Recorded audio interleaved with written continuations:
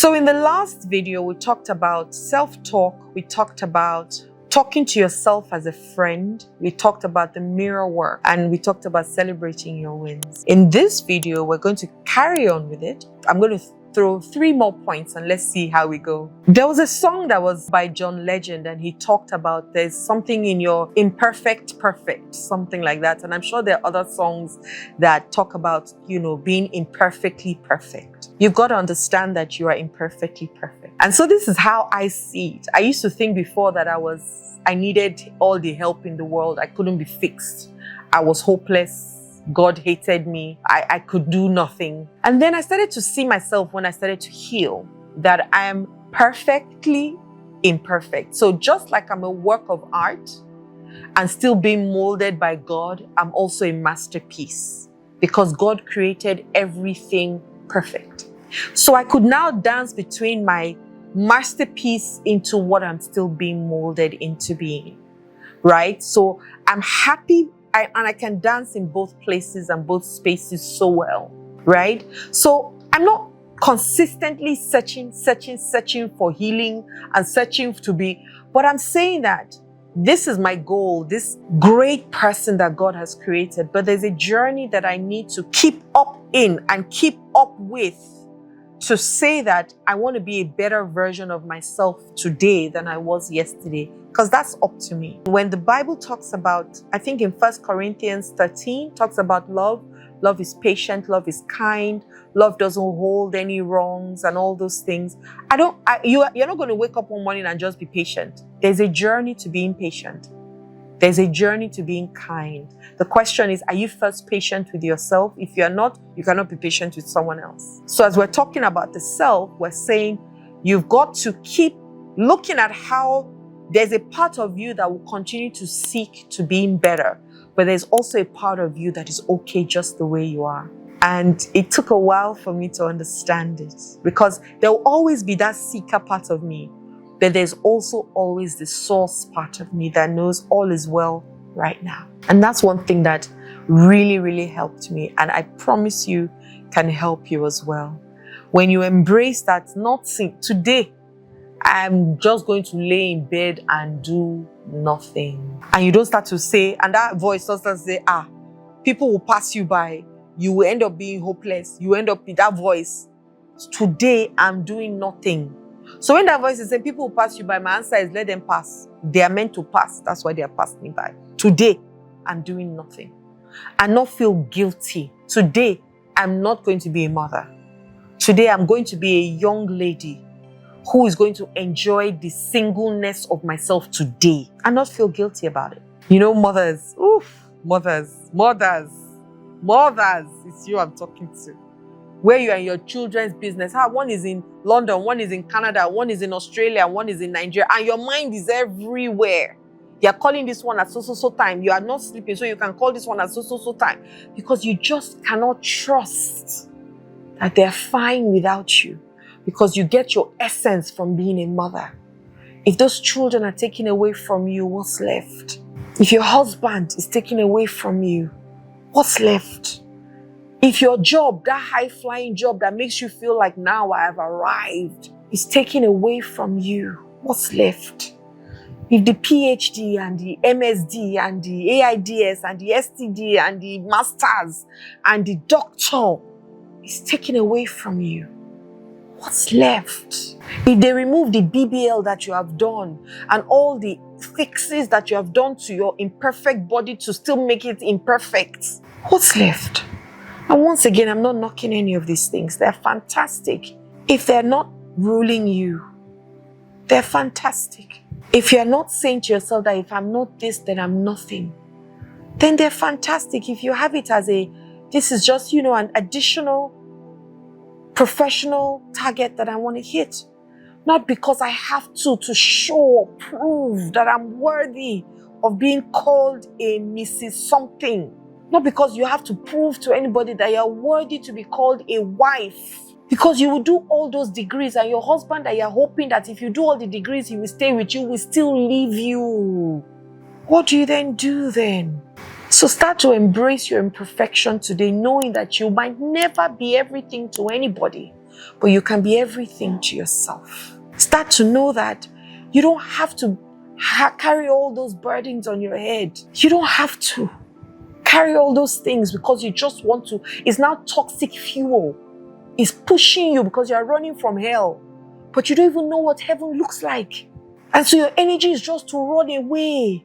But the question is, what are you running towards? So embrace the fact that it might never be right. But the question is, for who? Because it can always be right for you. And if it's not, you then know what to do. And you do it. Period. Without any shame or blame or any guilt attached to it.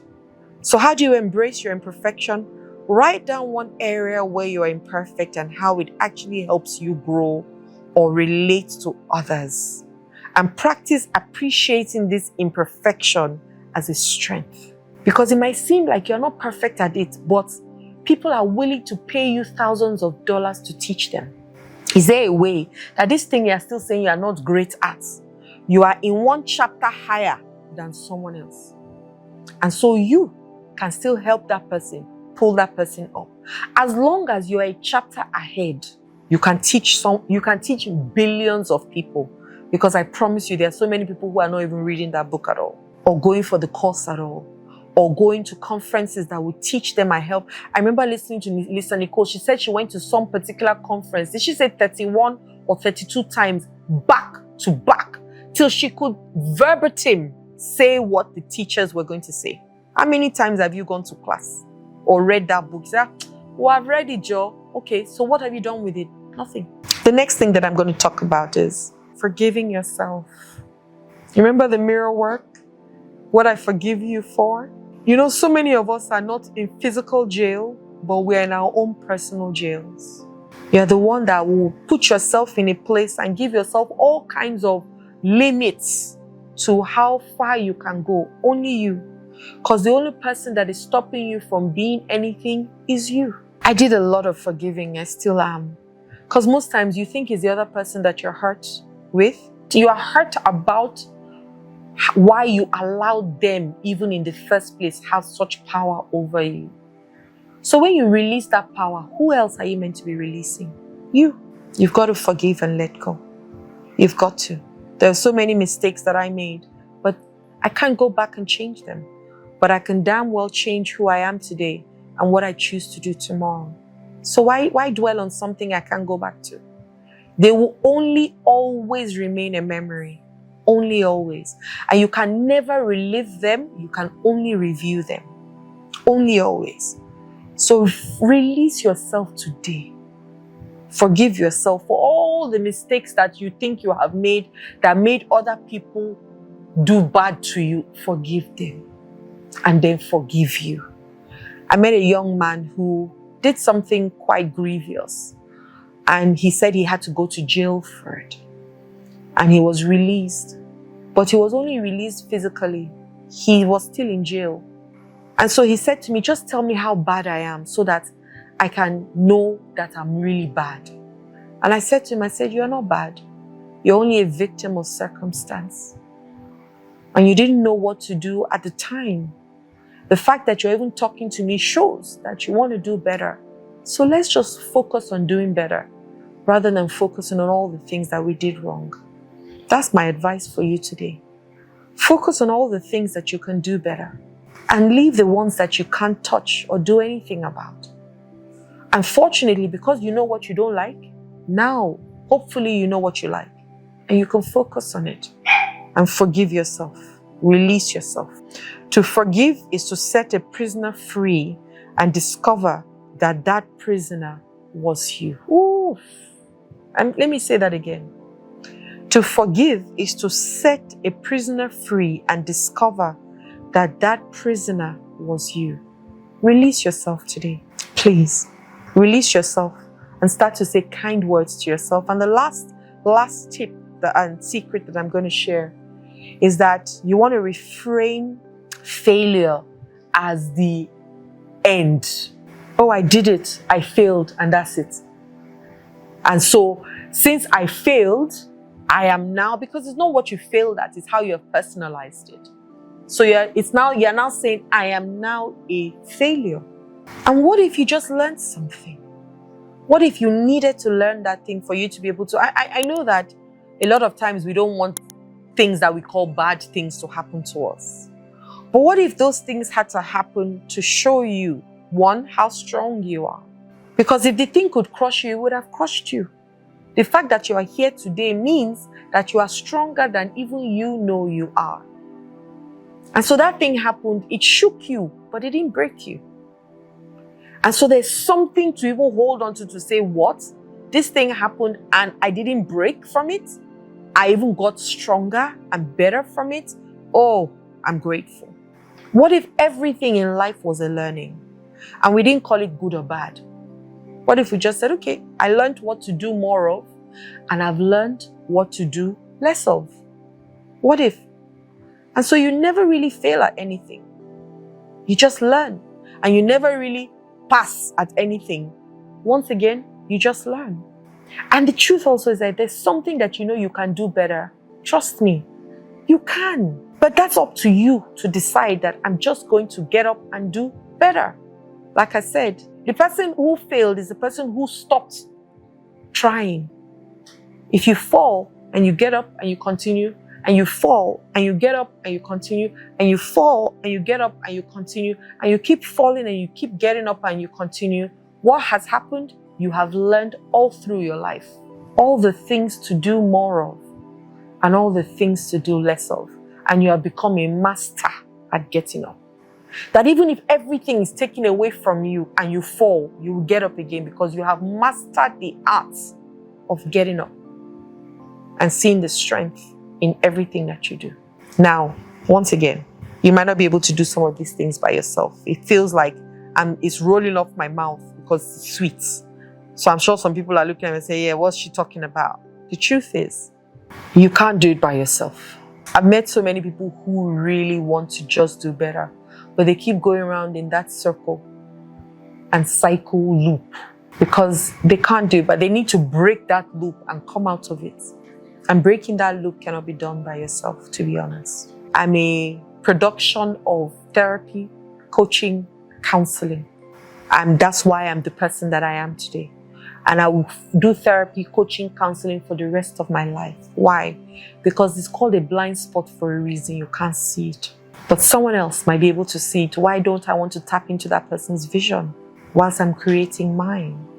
Why don't I want to get a coach that has done something for 30 years to teach me in 3 months?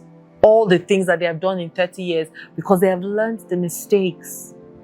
And now they're able to teach you the things that they did. You will learn your own mistakes too or have your own mistakes too. However, you would have a guide as to the things that you can really do that would help you if you apply it. And so if you're ready to turn that inner critic into your greatest source of strength, I want you to click the bio and you see a free mini book on how to transform your life.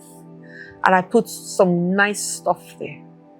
It will really, really help you. And if you want to go further, faster, I'm a rapid transformational therapist. So we do things in a rapid way because I don't want to spend 2 years with you when I can do it in 1 month. Send me a DM and let's put you on a path of your greatness, on your path onto your greatness and teach you how to love yourself. Because self-love is not to go and be drinking in the bar or taking yourself to restaurants or doing massage. That's not self-love. That's a byproduct. But self-love is how you talk to yourself, how you treat yourself, how you see yourself, how you accept yourself, how you feel worthy within yourself. That's self-love. How kind are you to yourself when you make mistakes? How much of your wins do you celebrate just knowing that you're a phenomenal person? How do you create boundaries for yourself where you can say no easily and say yes easily too without any reasons? That's self-love. So come, let's teach you. I honestly don't want you to be the person that will die and people will be saying, oh, she was such a hero. She gave of her everything. Then what was left for you? I want you to be that woman or man who gave, but also who had a lot for themselves to going. And they were able to tap into what they had of themselves, and they had a deep, overflowing reserve for themselves. And so they kept on giving from their surplus, not from their empty. And they didn't feel like they needed to give to feel worthy of being anybody. But they gave because they had the capacity to, and as it helped them, it also helped you. Hi there, my name is Adiola Kingsley James. I hope these videos really are doing what I want them to do for you, which is help you take action. And you've got to take action today, right? Click the link below, click the notification bell, click the subscribe button, share me with other people. That's action, right? If you share me with other people, it means that you and your community are growing together. You're not the only one growing. Imagine a world where everybody becomes a happy person and every place becomes a happy place. My name is Adiola Kingsley James once again. Love and light.